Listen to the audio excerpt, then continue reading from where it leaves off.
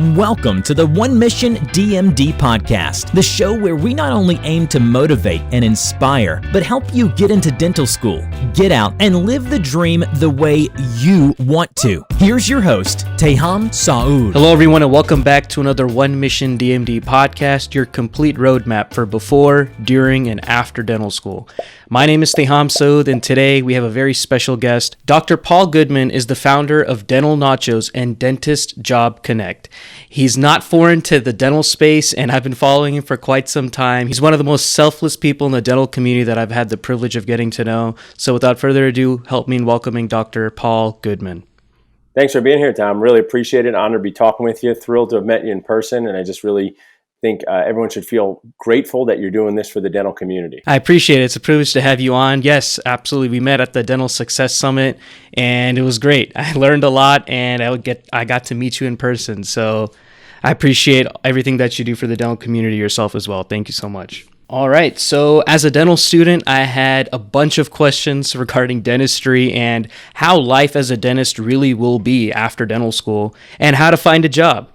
And I came across your podcast, The Dental Amigos with yourself and attorney Rob Montgomery, where you talked a lot about that, and I learned a lot. So I wanted to have you on the channel and kind of ask some questions that I myself and a lot of dental students have. So that's what we're going to be talking about today, how to find a job. Awesome. It's an important step. I think a lot of times, many of us, especially if we've done all of these things, like go to high school, college, we want to go to the next step. We sometimes think more about what's going to happen when we get there than getting there. And I think finding that first job, it's so key to our morale, to our money. And I don't think there's enough good information out there to help dentists and dental students do that. And I'm happy to be part of the solution. Yeah, and I definitely recommended your podcast to pretty much everybody in my class, and a lot of them have been benefiting from it. So I just want to let you know that you guys are doing great stuff. Keep on doing it. Thank you so much for all that you do for new dentists and dentists in general. Thanks for doing that. I actually love the founding principle that Dental Nachos is founded on. It says, dentists helping dentists. And I don't think it could be any more clear than that. I appreciate it. I think in a lot of groups, new moms look to help other new moms. They know how exhausting it is to have, a small human live in your house for some reason. And I think it has to do with the dental student hunger games. They just create this separation, this insecurity, this competition, which is just, to me, so nacho nuts. We're all in this dentisting plate together. Patients cause us challenges. Our team can cause us challenges. They also can be super awesome too. But I just think at our core, dentists should just be kinder to one another, look to reach out and help each other. And it's always bothered me that there hasn't been enough of that in our dental profession. Okay, well, let's get right into it. I think we'll just kind of go into some of the questions that my classmates and myself kind of wanted to see if we can get some insight on. So there's overwhelming avenues that a dental student can kind of take. They can go into associateship, private practice, academia. They can go into FQHCs. So what's the best way for a current dental student to kind of figure out which one of those avenues is the best fit for them? I mean, the best way to find out about really anything is to ask people who are doing it in the near term, in the medium term, in the long term. If you ask a 67-year-old orthodontist, what's it like to be an orthodontist, they're going to give you a lot of experience, a lot of their journey, but they may not be totally tuned in of what it's like to be a 31-year-old orthodontist. So I encourage dental students to just talk to as many people as possible doing the thing they might want to do, and be really open-minded to the feedback, not confirmation bias. Like if you want to be an oral surgeon, you ask one oral surgeon, how do you like it? They say good. Then you say, oh, I'm done. I'm not going to ask anyone else. Or if you say to one person, did you do a GPR or AGD and like it? And they just say, yeah, I liked it, and move forward. That's just the story of one. So I recommend you get as much feedback from people doing the thing that you want to do as possible, and without judgment and without really being too set in your ways. I had a great D4. He came in to interview at Dental Nachos to help us as an intern. And he said, I don't think I need to do a GPR. I go, oh, who told you that? He goes, my classmates. I go, well, they don't know anything either because they've not done a GPR.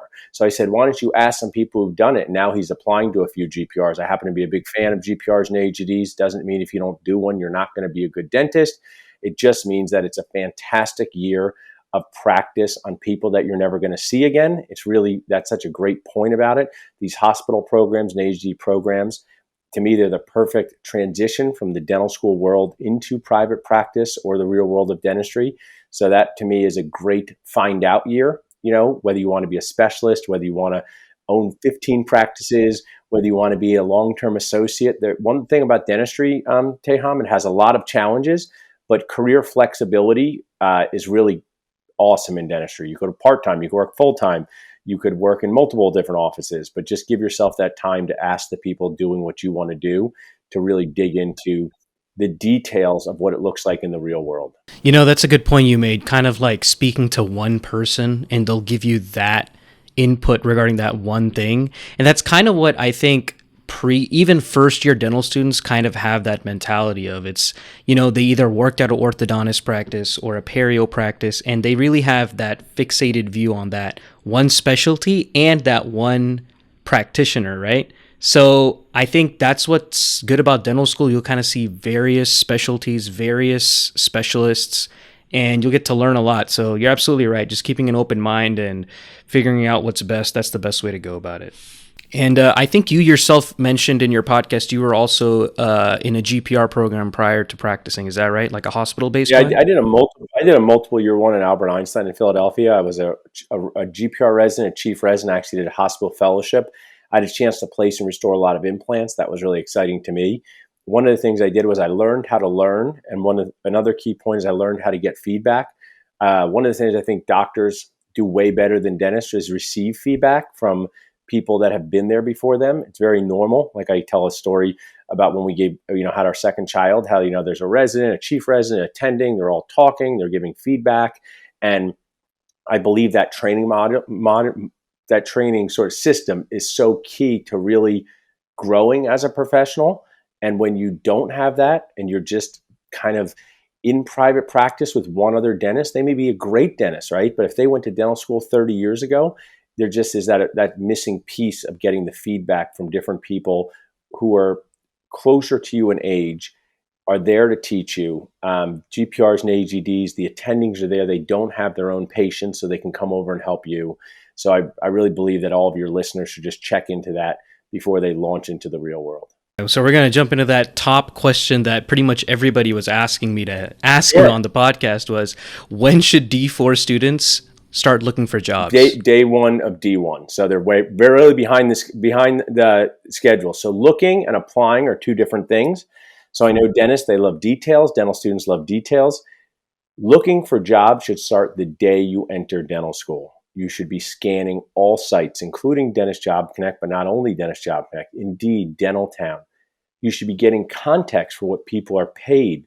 What's the deal with these jobs? Do they offer benefits or not offer benefits? You should be connecting with people that can help you, whether it's your faculty, whether it's specialists, going to as much in-person see as possible. So one of the things that really does make me sad, it happens frequently, is I get a message on Facebook that says, Paul, I left my job. It really turned out to be really bad. I go, how many jobs do you apply to? They said 2. So for people, Teham, that applied to 10 colleges and 15 dental schools, I think it's so bad that dental schools do not explain to you, you should be looking for jobs day one of D1. And then I would start applying 12 months before you finish dental school or your AGD or GPR. If they say it's too soon, say thanks, check with me later. There's so much turnover. They may need another associate. Being incredibly proactive to me is the key to success. And it's mind-boggling to me for people who took DATs and SATs and GMATs that dental students tend to wait way too long and get themselves into disastrous situations. Right. Yeah. And, before listening to your podcast, speaking about the associate's perspective of finding a job, I told myself, okay, yeah, I'll start looking in February. And after I listened to your podcast, I was like, okay, no, I need to start now. And I even started talking to people and I started shadowing different practices. And I just wanted to see what they thought. I was like, I know it's a little early. And they're like, no, it's not early. This is the right time. So you're absolutely right. That timing is key. And the earlier you start, the more options you'll get, just like you said. So I definitely agree with you 100%. And I kind of am going through that process now and I'm seeing it happen. So yeah. So the next question that I wanted to ask was, what are some good questions to ask during an interview or while you're shadowing at a potential practice that someone's interested in? So a couple things. There's if someone accepts a job, I will always have. I don't know how to really break down the difference between empathy and sympathy. I know that's like an SAT question, but yeah, I I will not have quite as much sympathy or empathy for an associate who gets themselves into a jam if they don't do two things before saying yes to a job. If you do not do these two things, I will help you, but I will definitely say, I kindly told you so. I will help you, but I will say, did you not pay attention to dental nachos? Because this happens weekly to me. If you do not have a dental focus attorney review your contract before signing it, you are nacho nuts. You've invested three, four, five, six, $700,000 into your dental school education. Even if you got it for in quotes free, well, it's not free, but maybe you're going to do a federally qualified health program, or even if your rich uncle paid for it, they still invested in you, right? So somebody paid for this thing, and then you spent 4 years of your life. Your friends, Teham, they were working in the real world. They were networking. You were in a dark basement burning yourself with wax on the weekends, right? 4 years of your life. And if you accept a job because you are dentist cheap or unaware and do not have a dental focus attorney review your contract, you're nacho nuts. Then the second thing is, if you accept a job without observing, not a clinical working interview, in the practice before you accept that job, you're also nacho nuts. So the questions you should be asking, the top 5 questions are, why do you need an associate? Is the associate position a car or a boat? A car is a need, a boat is a want. Many times owners say they have a need, but they really have a want, and then they wind up selling their boat, which is firing their associate. It's not really firing, it's sort of saying, hey, we don't have enough patience for you. Second is what? Why do you need an associate? What procedures will I be doing most of the time? Third is, how will I be compensated? And the way you ask questions is incredibly important, whether you are married, whether you have children, whether you have friends, whether you have instructors. The way you say things is so important. So if you're not like, how much money will I make here? That would be inflammatory to me if you said that to me as an owner, Tam. But if you said, hey, I'm a dental student, I have debt, I'm really excited to work here, but I just want to make sure, I can pay for my rent and my loans and my food. How are the associates compensated here? And if there is not some sort of safety net guarantee, that's a huge red flag to me. I have given a safety net guarantee to every single one of my associates, specialists or general dentists, from the first day they've worked till the last day they worked with us, whether they worked for a year or 6 years. So we have, how will I be compensated? Why do you need this associate? What procedures am I going to do? Where is the job? That sounds kind of, overly simplistic, but where is it? Because sometimes you find a job that pays $250,000 a year. You're going to get to do general dentistry with some extractions. You're going to be what procedures, how, why, but the where. If it is in the middle of Pennsylvania and you have no friends or family there, that is a tough move. One of the things I will share, there's great benefits to being a dental student right now, Tam, but there's also great challenges. And one of the greatest challenges is the best jobs for new dentists are often not where a lot of new dentists are looking to live. And that is just a fact. And we can have feelings about it and we can be upset. And I totally get it. I'm someone who lives in Center City, Philadelphia. I'm just telling you, I would get if someone told me I had to move to Nebraska, I'd pick a new career. So I'm with you, right? Someone said, oh, Paul, the only place you can be a dentist to support your family is in Lincoln, Nebraska. I'll say, I'll find a different job. I would do it now. I'd pick a new career. So to me, where I live is very important. But I also was very fortunate when my group of dentists graduated 20 years ago. I was lucky enough to work in a family practice, but most of my friends had a lot of flexibility. There weren't as many DSO situations. And then finally is, what are some fun things to do in the area? So if you are going to move somewhere, and it could just be to King of Prussia, PA, Teham, maybe you want to move here and get a job. One question would be like, hey, Paul, on the weekends when I'm not dentisting, what are some things people do? And I go, they go into the city and they go to museums. It's very, people, they say this a lot, Teham. They go, oh, there's so much outdoor stuff to do. You can go kayaking all the time, but you can go kayaking by yourself. Is that a lot of fun, right? So I also, as like Jim Gaffigan said, I'm an indoorsy person. So it's key to ask, why does the practice need an associate? What procedures am I going to be doing most of the time? How will I be compensated? Where is the job? And what fun things are due in the area? And do not take the job without having a dental focused attorney review the contract or observing in the practice for a day. I know you mentioned one of the red flags right now, so that's kind of leading us into the next question. What are some of those like red flags that we should look out for, whether it's during a shadowing process or that interviewing process, that probably shouldn't be considered for a place for employment? A good example is this: too many feelings, not enough facts. Too many feelings, not enough facts. We're so busy here, Tehan. My name is Dr. Paul Goodman, and I am so busy here. I am so busy. I need an associate. I am so busy. A good question to ask was, that is great that you're so busy. I have a question for you. This is golden nacho tip. If I needed a crown on number 30, talk dentist to them. Like, if I needed a crown on number 30, when could I get in next to see you? And then pause. And if they don't say 6 weeks or more, they're not busy enough. Now, that's just a guideline. Now, you can also start to ask for, say things like, this is like another good question. People don't like to, it's kind of rude to ask people, Teham, how old they are, right? So if you said, hey, Dr. Nacho, how old are you? Kind of a rudish question. But if you ask this, hey, Dr. Nacho, when did you graduate from high school? Now I say 1995, and you know how old I am, right? So I say to practice owners when I help sell their practices or they want to associate, I go, it's great you have this great practice, Dr. Guac. About how much does the office collect per month? You say per year, sometimes they get like kind of insulted. But if you don't hear $80,000 or more for a solo general practice, which is $960,000 a year, they're not really going to be able to support a full-time associate. And even that's pretty low. I'm giving some guidelines like booked out for 6 weeks or more. Here they're collecting $80,000 more per month. So some of the red flags are that. Not having a dental assistant, enormous red flag.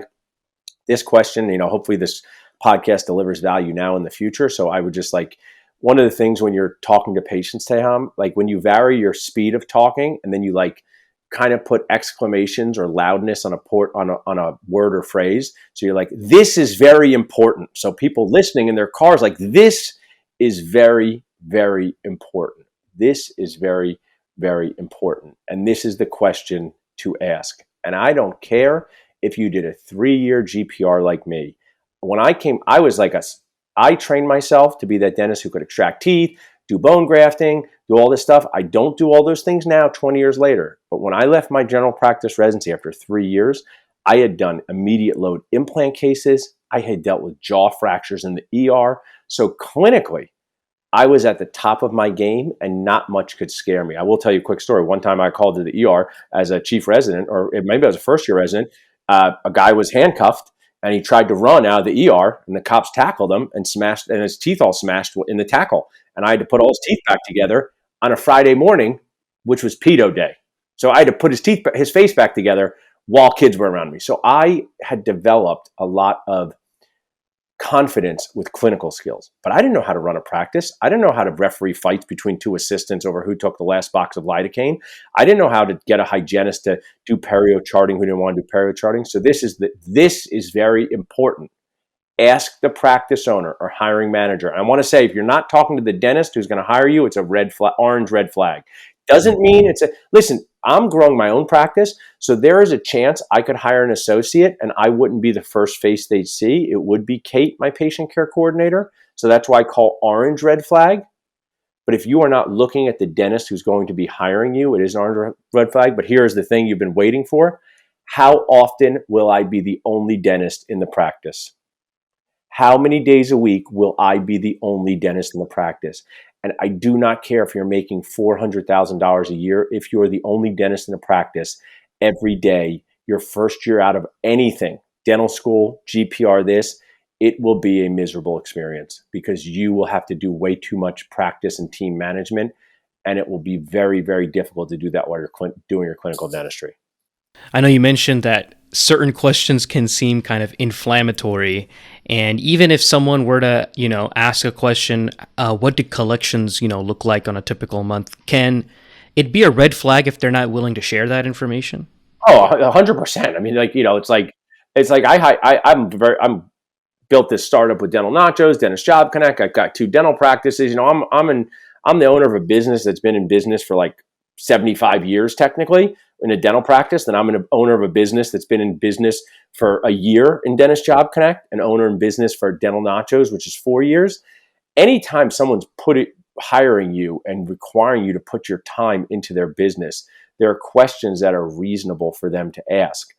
The thing I would say is, like, if someone said to me, what does Dentist Job Connect bring in each year if I wanted to hire them as an operations director?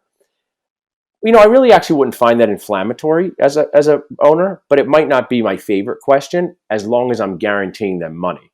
So here's the thing. If I say I'm going to pay you $50,000 a year to work at Dentist Job Connect, just as an example, right? And that's within their happy range. They want to make between 45 and 60. They're getting this guaranteed income and asking what Dentist Job Connect collects yearly. I might find them to be motivated if they ask that, but it's not like something that they need to know. But if I hired a sales director and I said, you're going to work on commissions here, and they ask, how much does Dentist Job Connect bring in a month? I have to tell them. If I don't tell them, don't take that job. Does that make more sense to you? Yes, definitely does. So what would you say would be some things that a D4 can kind of do to kind of set themselves apart from the competition, or their classmates, or just people around them that are also applying for the same jobs? Make a 60-second video on themselves. I've been teaching this for years, called the BTL video, Bring to Life Yourself. And I will give your listeners this so you don't have to think of it. I have examples of this on my YouTube channel. What I do have to say this, and I totally listen. One of my favorite things to do, Tehan, with my wife, is for us to put on Netflix or Hulu and Amazon Prime and to click around for 27 minutes and watch nothing. Okay. So I get that there is a lot of content out there.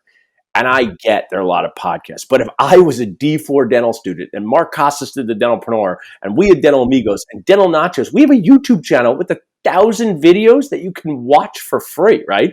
It's pretty lucky that this exists. On this YouTube channel, the BTL video is this. I would make a video put on YouTube. Just put your phone out. You don't have to be dressed up. Practice it a couple of times and say, hi, this is what I would say. Hi, my name is Dr. Paul Goodman. I graduated from Penn Dental School in 2002. I did a multiple-year general practice residency. I got training in implants and general dentistry. I'm looking for a job in the general Philadelphia area. I would love to meet you and learn more about your practice. Please reach out to me at paulgoodmandmd@gmail.com, or you can call or text me at 609-462-6926.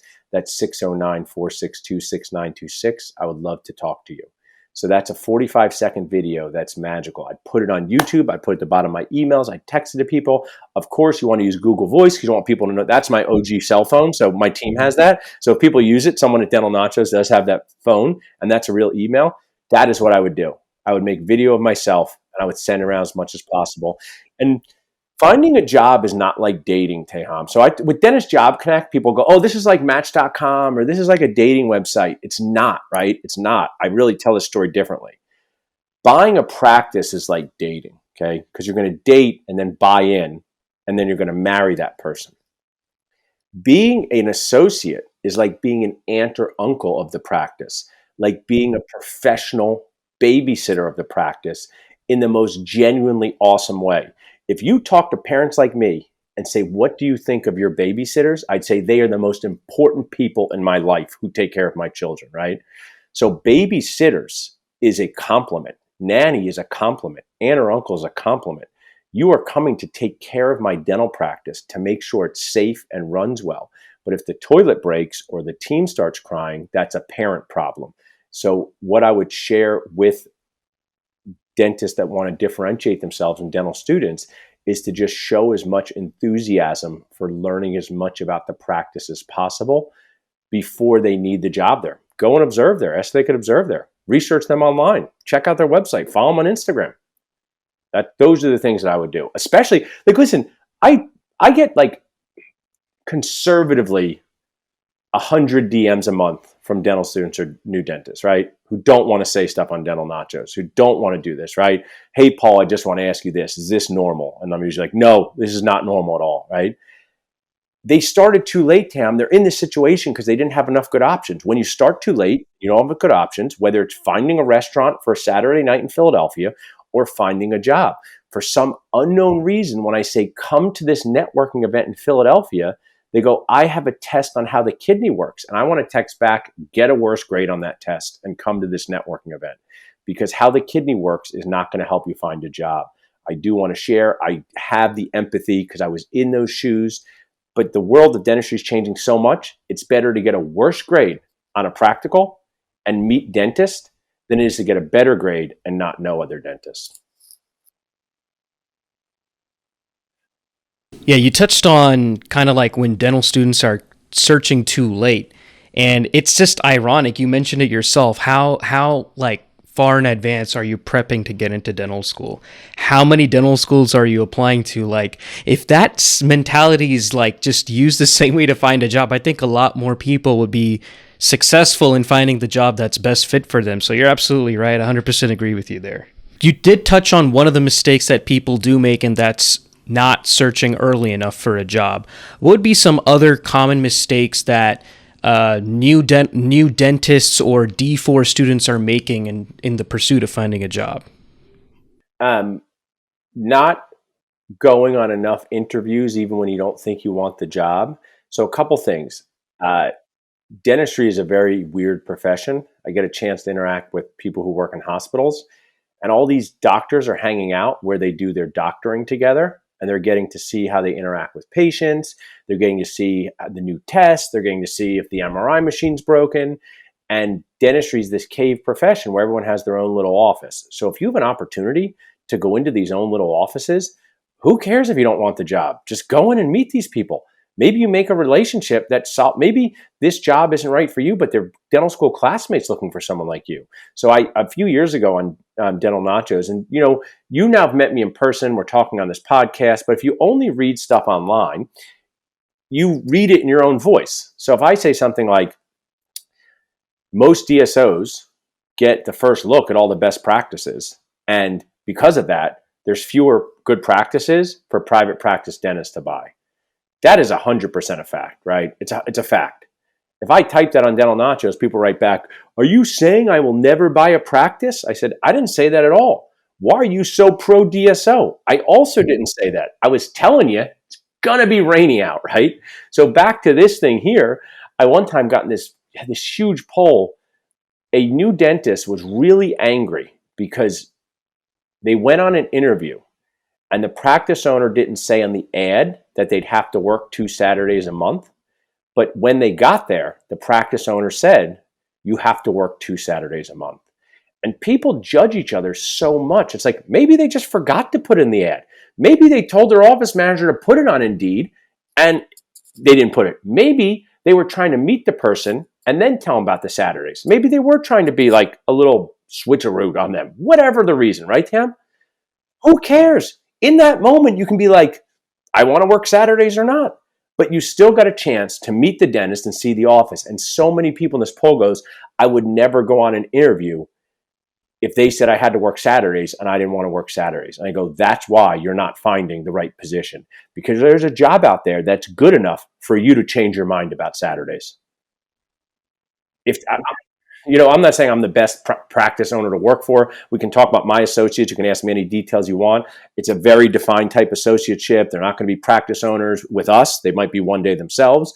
They're not going to do endo, but they do get a tremendous amount of support. They get to learn restorative dentistry. They get to learn how to run a practice. But maybe somebody would come to this interview and I say, oh, you know what, Tam? We now are working 1 Saturday a month. We're testing it out in 2023. And we really want our associate to do it because we can get you new patients who don't want to see my brother and me. Maybe in that moment you go, freaking, I'm in the pickleball championships every Saturday, but I'll just tell them I can't be there one day, right? So too much drama. So one of the challenges is not going on enough interviews, not making enough phone calls, not having enough FaceTimes, more options. So starting too late and not getting enough options. And then again, you did mention this, and I'll just repeat it: not hiring a dental-focused attorney to look at your contract. Yeah, I mean, if someone just, that people, I think people know I care so much, but I also will kindly annoy them that they know my thing. People write to me, Paul, I have a 90-day termination notice, and I'm really upset because this job stinks, but I have to work there for 90 days. And I wrote, what dental-focused attorney allowed you to sign a 90-day termination notice? Because I make them look at it and go, I didn't hire one. And I go, you've been on Dental Nachos your whole dental school experience. I type it so much, it makes the older dentist mad. I don't understand all platforms. So we're all going to be old, and there's going to be Snapagram, right?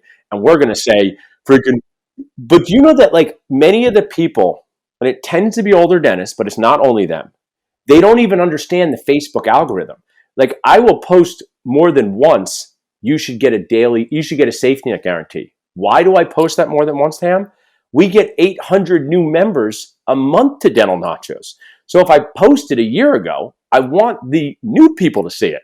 But then the older dentist who love Dental Nachos goes, why are you always posting it? And it's just because they love Dental Nachos so much that they're seeing the same post. So what I'm sharing is I have shared this hiring of the dental focus attorney, and I'm going to add in doing the observation day so much that there really is no excuse for not doing those things other than being really what I would call penny wise, dollar foolish.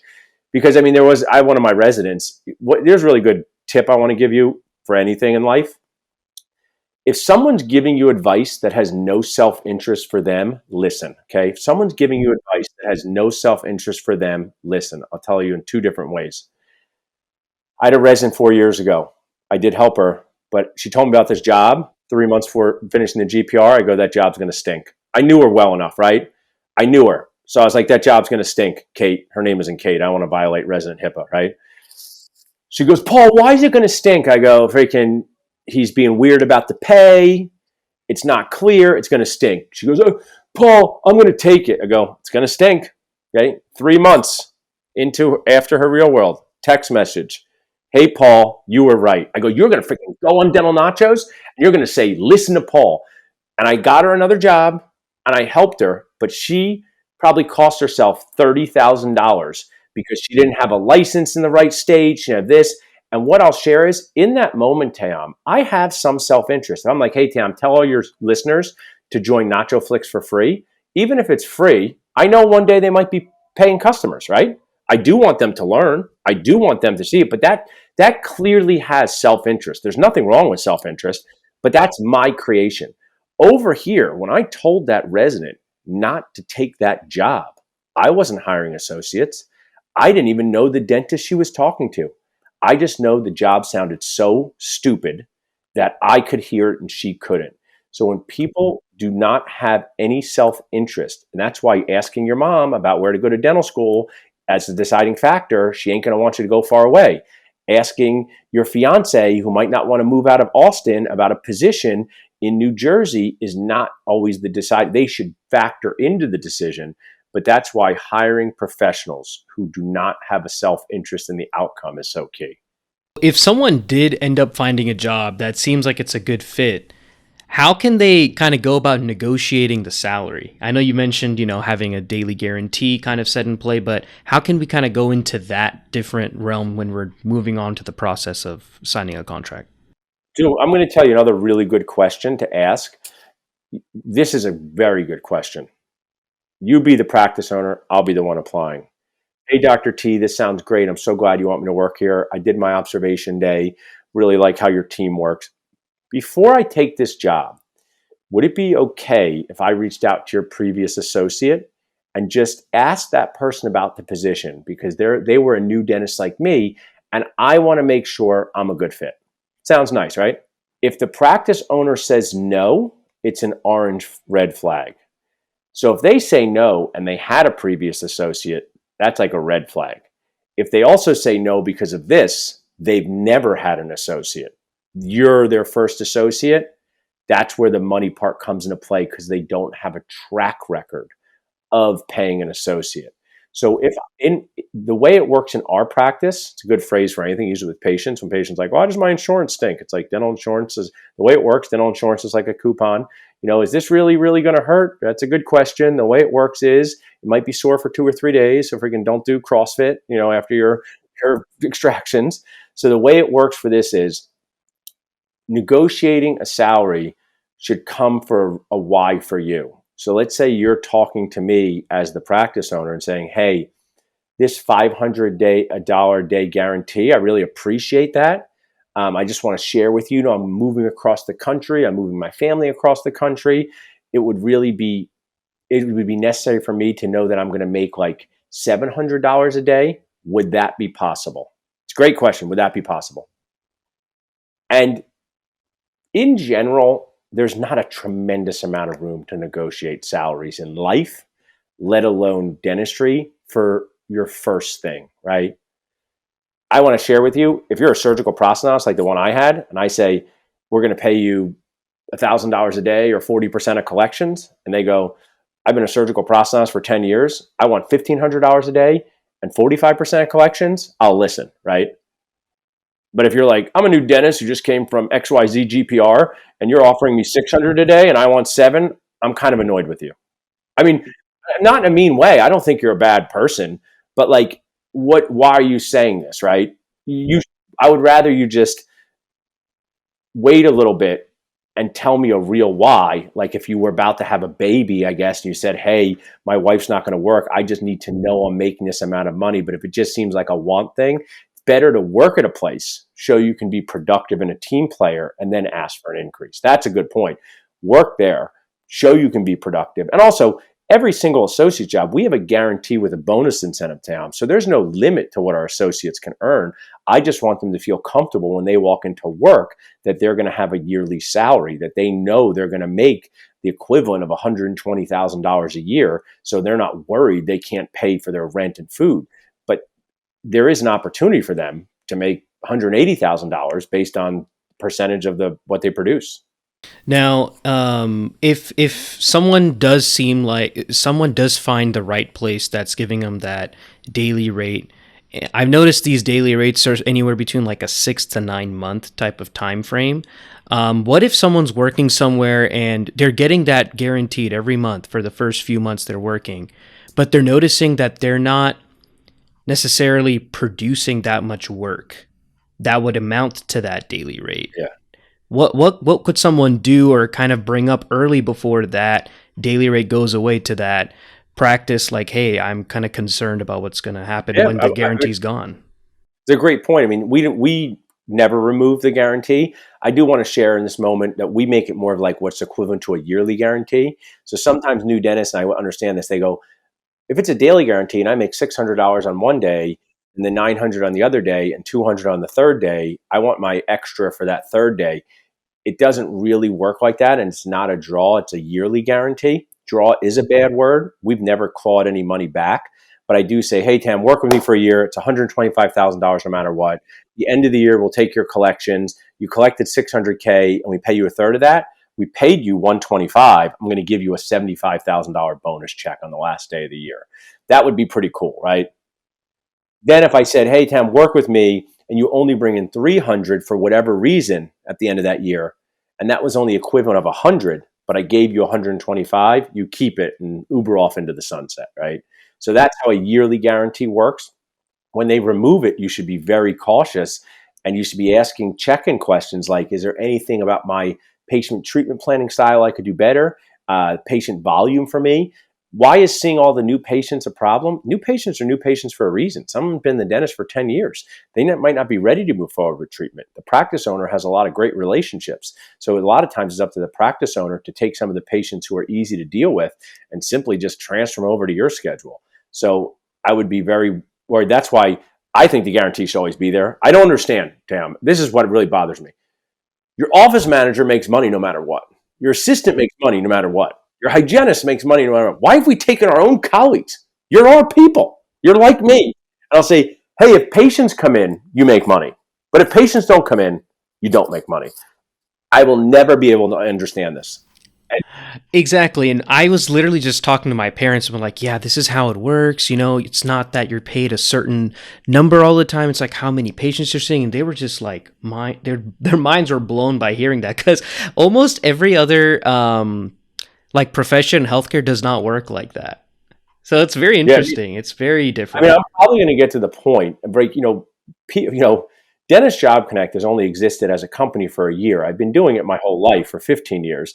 And sometimes people write back and go, Paul, this person on Dentist Job Connect, I work for them and I don't like them. I'm like, all right, leave, right? They're like, why are they on Job Connect? I'm like, I can't possibly vet every single person on earth. You just have to use best practices like the dental focused attorney, the observation day.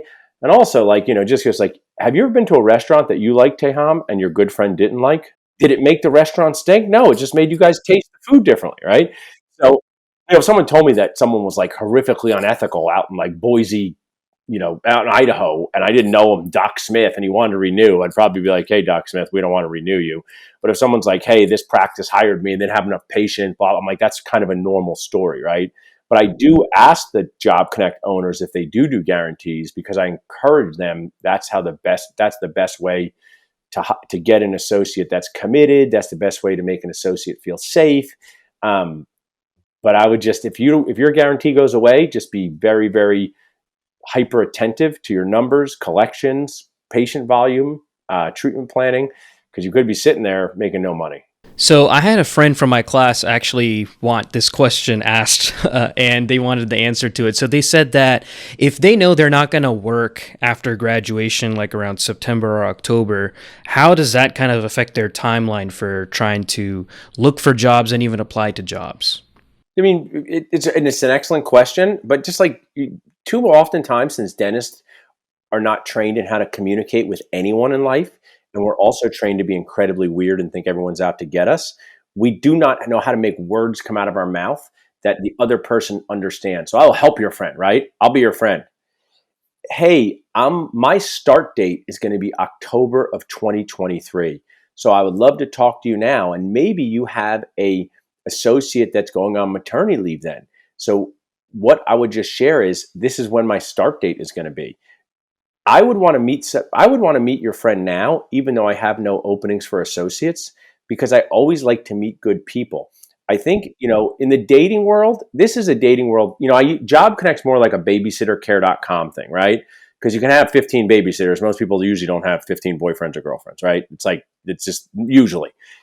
But now back to this dating world. I don't know if in your guys' travels, it's Halloween time, maybe all these Halloween parties, and people go, I want to go out for Halloween and meet my soulmate, right? I want to meet my soulmate at Halloween, right? Dressed up as one of the characters from Schitt's Creek, right? So you're putting so much pressure on Halloween, right?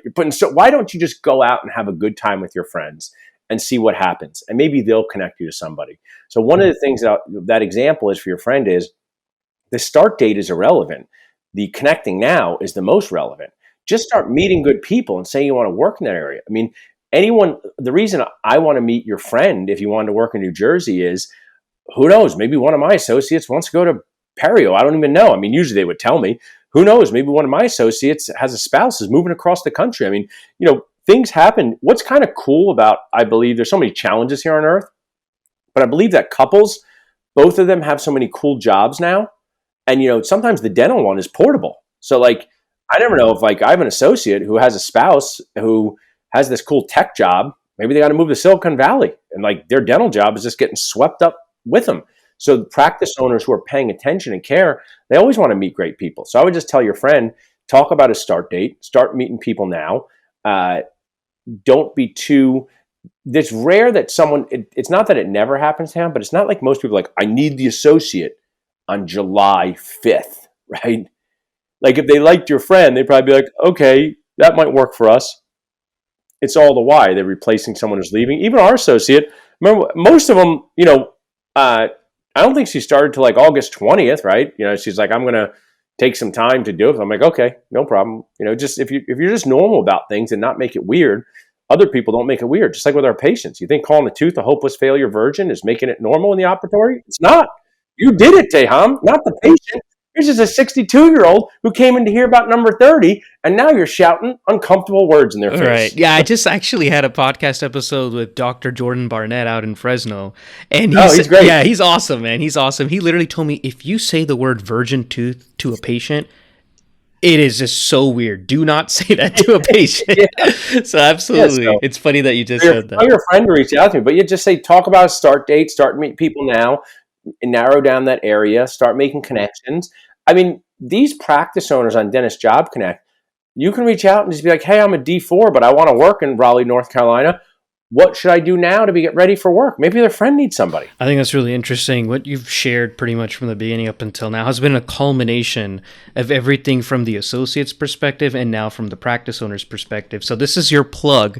I just want everyone to know, if you haven't checked out the Dental Amigos podcast from both perspectives, I highly suggest you do so. And Dr. Goodman, if people have any questions or want to reach out to you, what's the best way for them to do that? Thanks. Well, first, I just want to share. I know it takes so much work to produce these. I do one, so I just admire you doing this, Teham. And people can read. Really, the best way is dentalnachos.com or dentistjobconnect.com. Websites always have the just find out more buttons. They go towards me, and you can scroll around and see what we have, whether it's CE, whether it's job connections, career advice. I would love for you to check it out. Will do. I appreciate your time. Thank you so much for being part of today's episode. And if I have questions, I will be continuing to reach out and doing all the right things that you have recommended. And thank you so much again. Appreciate it. My pleasure. Thanks.